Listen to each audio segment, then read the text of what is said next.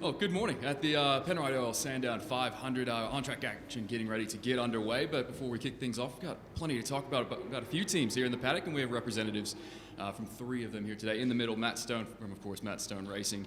David Noble to his right from Dick Johnson Racing, and Pete Xiberras from PremiAir Racing. Matt, because you're in the middle, I'm just going to start with you.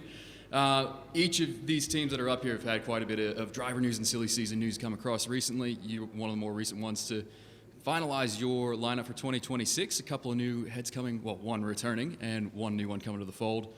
Firstly, bringing Jack LeBrock back into the team in 2026. Good to have a familiar set of hands coming back to the workshop in Yatala. Yeah, absolutely. I think with JLB there's a bit of unfinished business. We had a really strong 2023 in building momentum, and then he moved on to perceived greener pastures, and he's seen the light and coming on back. So we're quite excited to have JLB coming back. Such a good cultural fit with the team, and we're confident that we can get some really good runs on the board with him. With young Zach Bates jumping in the team, I think he's for us, he's definitely the top of the rookies that are out there, and in a year which is going to be the year of the rookies, I think we've got the top guy. So we'll see if we can put that to the test. Zach obviously been very impressive this year in the wildcard appearances that he's made. What's the process look like for you guys through the next couple of months, getting him ready for February and going full time? Yeah, look, obviously, we always play with the year on the run. So between now and the end of the year, the focus is on here at Sandown and finishing the year strong in Adelaide. See if we can't get some more trophies before we close off for Christmas. We would have loved to have got him in the car before the end of the year, but obviously with him being a wildcard driver, he's not eligible for evaluation days because he's already evaluated. So we'll just get ready to hit the ground running in the new year and get up to speed. I think it's safe to say he's passed his evaluation over this season for sure. But talking about wrapping colours. up 2025 with Nick and Cam, you guys want to try to go get more trophies. How's the team operating over these last couple of rounds to chase more success? Yeah, look, I think we're in a good spot. Obviously we've got a couple of rounds to play with a few different things, but not in the finals. And the difference between 11th and 12th is really not much. So we'll focus on a bit of learning and go for glory on some trophies. And if we can move up a couple of spots in the team's championship, that'd be fantastic. But for us, it's really just about that single day performance and going all out. Good too. Happy Friday. Looking over to you, right, David. Welcome to Sandown. We were just talking over to the side, and you made an interesting point. Obviously, a lot of the talk in the paddock is about finals, but something that you guys are not a part of, and it seems a little bit different for you guys. And I guess you have that feeling coming from footy world as well. It's normal for me in my background, but it's new for our sport. Our guys have been flat since Gold Coast. You're out of the finals, and it has an effect. It's working. There's no doubt that impact is what the competition needs. It's what Supercars is after. And certainly internally, you come to work on that week post that you missed out quite deflated. Interesting having a chat to Mark Fenning, who's been in the industry for a long period of time. He said, is this normal in regards to finals? And it is. It's deflating. You get to a point that you aspire to compete in finals. That's why they're there. I think it increases competition. It increases standard. And when you miss out, you're annoyed and you're frustrated. So for us this weekend, we come here wanting to win the race. There's no doubt. We need to be a disruptor. We need to get our backsides into gear, and we need to get both cars out there, getting in the way of the top 7, hopefully the top 4, and coming away, as Matt said, coming away with a trophy this weekend would be great. Your team has had, both cars have had speed throughout the year at different points. Like you said, trying to go find those results. I think it's safe to expect Brody being near the front. And Will's had success here in the past as well. The man hit 600 races this weekend. You want to just talk about his role within the team over the past several years? Yeah, it's a great point, Mitch. I just want to recognise and pay homage to Will, and his contribution, and thank him on behalf of our organisation for what he's brought. He's in a steam company, hitting 600, races this weekend. I think the mark of a champion for me is the ability to perform at a high level consistently and over a long period of time, and he ticks all of those boxes. I've extremely enjoyed working with him over the last 3 years. The quality of the athlete that he is, and preparing and presenting himself in the fashion that he does. He gets in the car every single session wanting to improve. 100th, a 10th, and that's just a credit to himself in the condition that he's in. there aren't many fairy tales in sport. Ash Barty's won, Joe Danaher, Oscar McInerney, for me, a couple that have, won a flag and they go out in their own manner. But that moment shouldn't discount his career and what he's done and how we should applaud his career, not just from what he's done for us, but from the competition. And I want to thank him personally and on behalf of DJR and Shell V-Power Racing Team for what he's brought to the sport. Very well said. Looking for what the team has in 2026. Of course, the news came out recent weeks. Tell us about the process of getting that and then bringing on young Rylan Gray to join the team next year. Yeah, I mean, those decisions seem like they come quickly, but, there's a lot of work, as the other two gentlemen up here know, behind the scenes. There's a lot of assessment that goes into those decisions. The youth are coming, and they're coming pretty hard, in our competition at the moment. You have a look at what they've been able to do in the last sort of 12 months. Woody, Kai, Murray, Cameron, like those guys, they're not actually out there competing, they're taking it up to the rest of us. So it was probably the next iteration of our, rebirth last year, where we turned over a third of our staff, brought new engineers, new driver in. So that's sort of been the continuation of where the improvements needed to come from. And Ryland's he's a cracking young guy, got a very mature head on his shoulders. COVID hit and he went and did a boiler-making apprenticeship. He decided to leave school and get off his backside and go and get an apprenticeship. I mean, just those things that he's gone and done himself and made his own decision. So we're very excited about him stepping in the car for next year. Yeah, very important story to follow going into next year. But one, I guess I'd be remiss if I didn't ask about yourself. You won't be with the team in 2026. Can you just describe to us the past few weeks how that decision came about and what's next for David Noble? Yeah, it's a difficult decision because I love the sport. I've really enjoyed the contacts, the combativeness that we have up and down pit lane, and the challenges that you go through. That I wouldn't change a thing on the experiences that we've had, from parity to engine shop to getting to meet great sponsors and great partners. So I've had 25 years in sport, and there's a couple of opportunities that have flagged up for me quite excitingly that I need to explore, and I did the right thing and spoke to the owners and said, hey, I'll step away at the end of the year and watch this space. Well, we're looking forward to it. We've enjoyed having you in the paddock. Thank you. So thank you very much. Peter Xiberras, last time we raced at this place, you guys went all right, and your team was up here on the podium. Are you excited to come back to Sandown Raceway? Yeah, no, it's the boys are they're excited this weekend. Whenever you do well, you feel like you've learned something, and you don't always maximise on the weekend, and we try and come back and try and fix up those little bits. So yeah, quite a bit of excitement in the team this weekend. And part of that excitement, I would imagine, comes with the addition of Jaden Ojeda coming in a little bit early ahead of his 2026 debut. Tell us about bringing him into the team and what you're looking for from Juice this weekend. So next year, I feel like this year we've underperformed in a lot of ways, and next year's going to be a bit of a rebuilding year for us, I believe. Obviously, 2 new drivers. The reason Jaden is coming early is we just it's going to be his first year, and to get 2 races into it this year, I think he'll be a lot more settled for next year. It's Declan Fraser coming on board as well. 2, personally, I think exciting drivers coming in, but guys that haven't run full time in the last couple of years. What was the decision-making process on picking those 2 to drive you guys in 2026? On actually picking the 2 different drivers, you mean? Yes. Yeah. Just consultation with the team, and I think Declan. Declan won Super 2. Probably didn't have an amazing year in his first year as in main game, but obviously to win Super 2, there's obviously talent there. So we believe a little bit like James Golding. He had a few years out, and we sort of brought him in, and I think James has grown, and technically, I think he won Bathurst, but we won't go down that road. But yeah, he's done really well, and I think we can do the same thing with Declan. Jaden obviously went on a different path. He also did Super 2, but he's done really well in GT circles, and there's a lot of good noise coming from that camp. So that's the way we decided to pick. Very much looking forward to following it, as well as another new head you've brought back from the sidelines, Roland Dane with the squad from 2026, and I hear he's getting around the traps this weekend. Tell us about the influence he's had and the influence you expect him to have within the club. So Roland, look, I've known Roland for 6 years or more.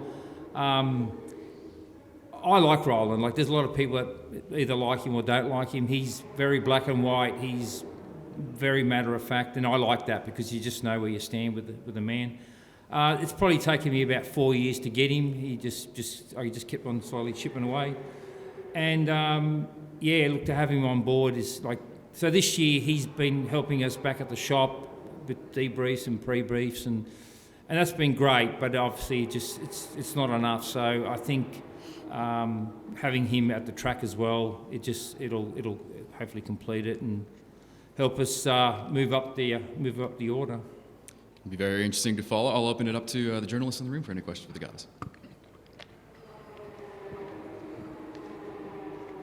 Peter, you talk about having Roland with the team over the course of the year.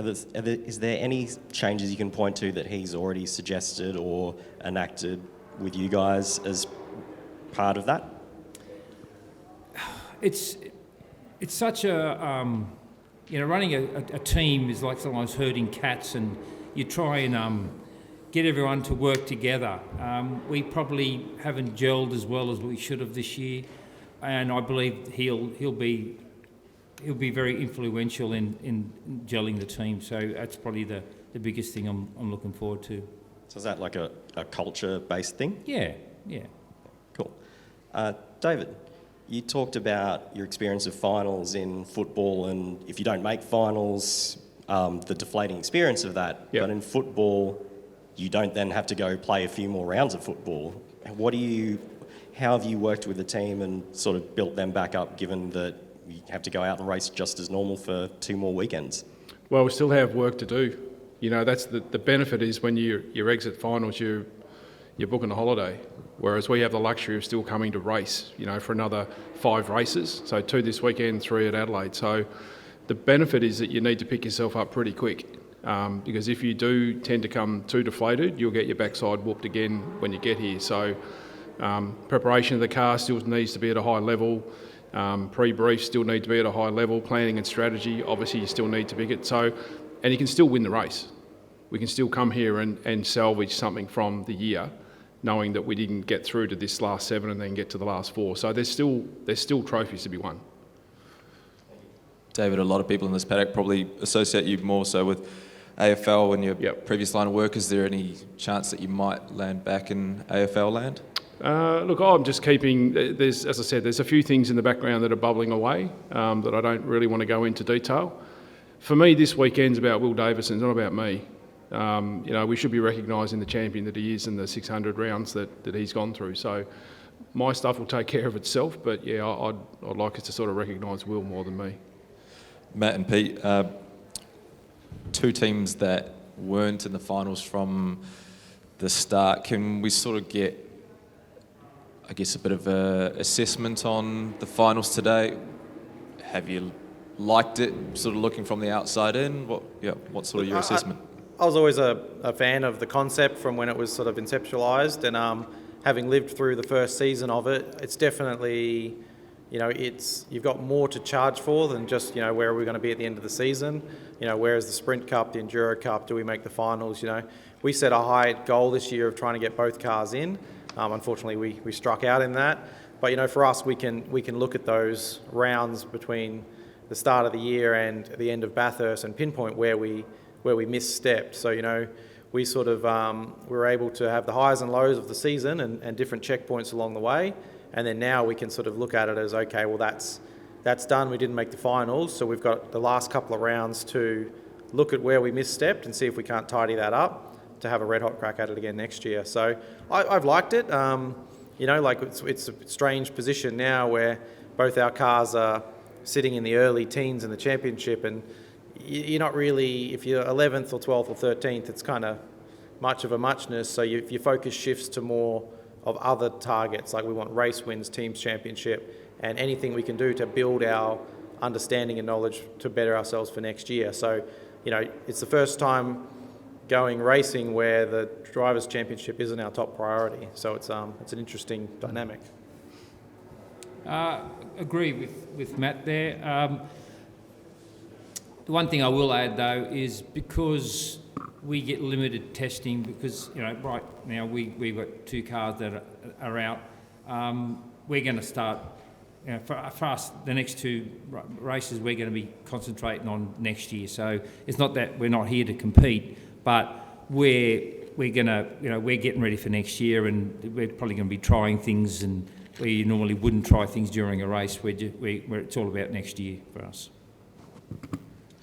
David, yourself and other members of team management had been adamant through the year that Will Davison was contracted for 26 and would continue on. What changed, and sort of when did the tide sort of turn on it? Probably Gold Coast, really. The time frame of what it was notification, for Will, and the conversations that he had with the owners around about that time. So, look, we assess every week, every round. You're going through, you're looking at what your options are. You're looking at the competition, what's coming through, what's trending through the youth, as I said before. Kai, I probably forgot to mention before. So you're constantly ongoing, but then there gets a point where you need to make a qualified and informed decision, and then you've obviously got to inform the driver. So that becomes tricky. They're difficult conversations, and it was with the owners. But yeah, that was around about that time frame. Did a sense of missed opportunity on letting Kai go 12 months ago play any sort of role in not wanting to make the same mistake twice? I don't think it was just Kai in isolation. I think we looked at the whole swagger of group coming through. It was how the youth, I think, have really attached itself to Gen 3 now, coming through. That lack of, not lack of understanding, but the courage to just step into the car and just give me what I've got and I'll just see what I can do. That becomes refreshing. It energises groups when you have that coming into the group. Not that I'm not saying that, and I don't want you to pitch that against Will. That's just what they bring. They bring energy, they bring vibe, they bring courage, to just try certain things. So I think when we looked at where the trend of what was happening, and look, we're rapt that we played a small part in Kai's, development in wildcard and co-drive. So it's great to see him doing so well. But yeah, there was definitely a shift, and we needed to jump on board with that shift. Did you want Will to stay on as a co-driver? Was that offered? That was always in the conversation. Yeah. Now, as I said, I wasn't privy to the high level of those conversations, but that was always in the plan. For whatever reason, that doesn't work out. We part our ways, we go our separate ways. But as I said, we thank him enormously for what he's done. And now we'll work around what that pairing looks like for next year. And just on yourself, these other opportunities sound like they're outside of motorsport. What are you going to take from your time in motorsport that you can apply back in other sports? Have there been lessons that you've learned? Yeah, I think it reinforces the importance of your leadership, your cultural environment. We still did a lot of work. I think I brought some new elements of talent, management and talent assessment in regards to what we sort of looked at. We did a fair bit of review. I still track each driver each round as to where they finish, what they do as far as top 10, where they qualify. There's a whole range of information that we sort of tracked and kept up to date. Particularly when you're making decisions around futures of drivers, you need to have the right data to be able to put the right people in the right spot. So private ownership is completely different to non-for-profit. It's way more robust. It's a lot more political because there's a lot more competing forces. So that's been a great experience for me to learn. But you know what? The fundamental is the same. Get good people in and you generally get the job done. And Pete, this time last year there was a lot of excitement around Richie Stanaway joining your team and the potential that he had. Why didn't it work out? $64,000 question, isn't it? Look, for various reasons, yeah, it didn't work, and it is what it is. So it's a bit of a mystery to you. Yeah. And you mentioned before about wanting to give Jaden a head start. So that was purely the reason that Richie is not Definitely. doing the last yeah, two well, rounds? the way I see it, what's the point of finishing the year and getting no benefit out of it? Like I said, for us, the focus going from this point onwards is it's all about next year. So that's 100% the reason. Thank you. Dave, a couple more for you. Sure. In terms of the landscape of the sport, I Yep. guess on the other side of it, from you having experience in AFL and whatnot, where do you think Supercars is placed and positioned going forward? It's a great question, Connor, because I'm hoping, and I think the appointments yesterday that James made, I think is great for the sport. I think if you look back and see where our sport is at the moment, it's starting to make some shift. It's starting to really move in the direction that I think it can. The finals, I think, is a great shift and a great move. It does add more pressure to us as teams. There's no doubt, as Matt said, the aspiration of getting in the finals is a little bit different to what it is sort of from a normal championship perspective. But Supercars just needs to keep an eye on the landscape going forward. AFL last year said they're going to spend $1 billion in the next 10 years on talent identification. NRL are doing the same. They're expanding. They go to LA. They're going international. You look at the Olympic movement at the moment, coming in 2032. Queensland will have the biggest athletic budget it's ever had in the expansion of athlete development in the next 10 years. New South Wales will be the same. So what does that mean? I'm hoping that Supercars can see that they continually need to move and adapt and improve the sport in order to compete. If James is good for his word and says that he wants to be the number 3 sport in the nation, then he's going to need to do it, because the other sports around them are having a fair crack at spending money. So hopefully he can actually, come to the party and make this sport move in the direction that I think it can actually move into. And just on a different topic, you've got a chassis change this weekend. The car that Brodie had at Gold Coast, how bad is that? Is that repairable? Is it, where, just on that one? Everything's got its price, so it's repairable. Yep, there's no doubt. So we'll go to work with that. Jimmy White will fix that up. But the 2 cars that we'll have on track are very well put together. The guys have done a great job again behind the scenes, as all teams tend to.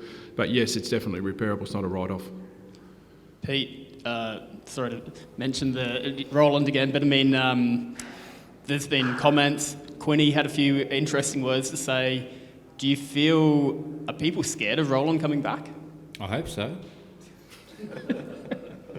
Do you feel like those kind of comments also will fire him up, as in Roland? That's probably a question for Roland, really, but yeah. And just one more from me to Pete and to Matt. Rick Hendrick yesterday, I think, was saying that there's an announcement coming this week about a new Chevrolet for NASCAR. Do you guys foresee anything in the pipeline for Chevrolet Supercars going forward? Look, I think GM have obviously made their commitment through to the end of this era, which is, I believe, 2028 or something. But I believe that that's not the end of the GM story. Like, I think we all know something's coming. Obviously, it'll come out when it comes out. I'd dare to say that there's going to be GM here for a long time to come, and us and I believe Pete as well. We're sort of committed to the bow tie brand, and we're looking forward to these announcements as they come out. Yeah, same as Matt's saying. We don't know what's coming, but we've all been given the assurance that there is something coming. GM, from what I can see, is really starting to put some effort, spend some money, and I think it's going to be for us. There is a little bit of unknown for next year. It all changes for us in GM land, but I think it's exciting because I think there's a lot to look forward to. David, just to circle back to Brodie's chassis from the Gold Coast, what's the timeline on the repair for that? Is the idea to have it back for Adelaide, or is it dependent on how this weekend goes with the car he's in? No, probably back for Christmas. This car will see him through till the end of Adelaide. And yeah, we'll just basically have that ready back before Christmas, ready to go. And that's off back to Jimmy White and Mount Gambier? Yep. Cool. Yep. So we should have that back. I think Jimmy's already started. I think he's put a couple of other projects on the back burner for us. So yeah. Cool. Thank you. So just a quick one for Matt. Obviously, new driver lineup next year, experience a new flight. Did a new driver lineup was that a bit of a surprise for you? Like if someone said after the Grand Prix, would have you been a bit shocked to find out at the end of the year you have two different drivers? Oh, look, I think I've been doing this long enough that very little shocks me, but the silly season always delivers. It never fails to have a few upsets and a bit of last minute excitement in it. So we always seem to find ourselves in the mix one way or another. So look, we're excited we've got a decent history with Cam being 3 years and his first race win, and debuting into supercars, and obviously for Nick, we've had some great results over the journey as well. So for us, it's it's exciting to really put everything into these last 2 rounds to try and send both our outgoing drivers off on a high, and then welcome back Jack, and welcome to the team Zach next year, and really start trying to get some momentum going with them. So. Yeah, it's I look back at the Grand Prix, and it was a great weekend for us, but we've had a year of ups and downs, which is often the case in motorsport, and bringing in some new blood and a bit of excitement next year. We're really excited for what we can deliver. Paul and I were feeling a bit unloved on this side of the room, so we had to ask a question. David, last year the off-season was a massive season of change for DJR.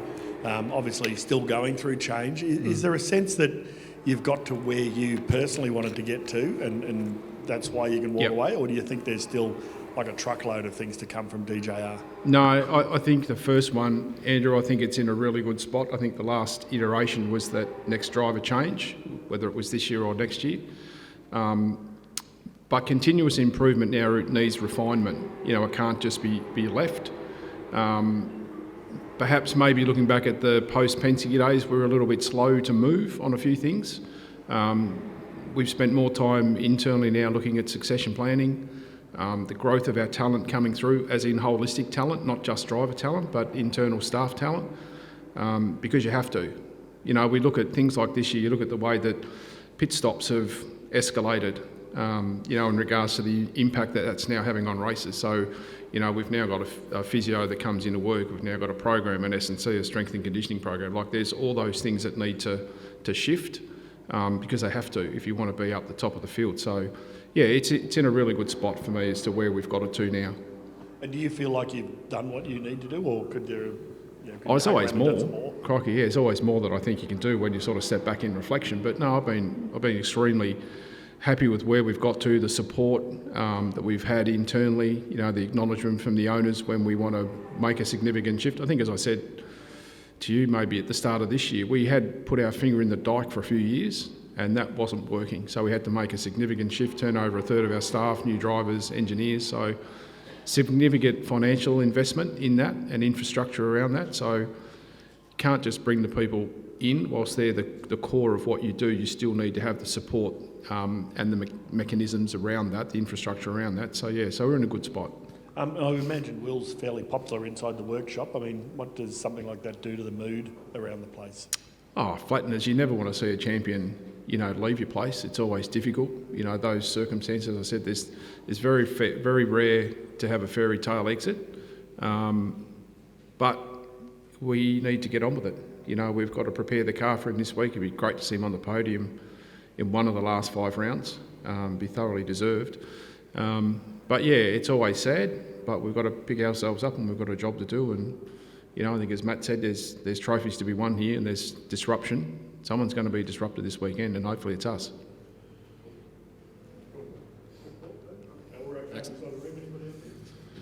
Some great insights there, guys. Thank you very much for your time, and not long till we're on track at the Penrite Oil Sandown 500. Thank you. Thanks, guys.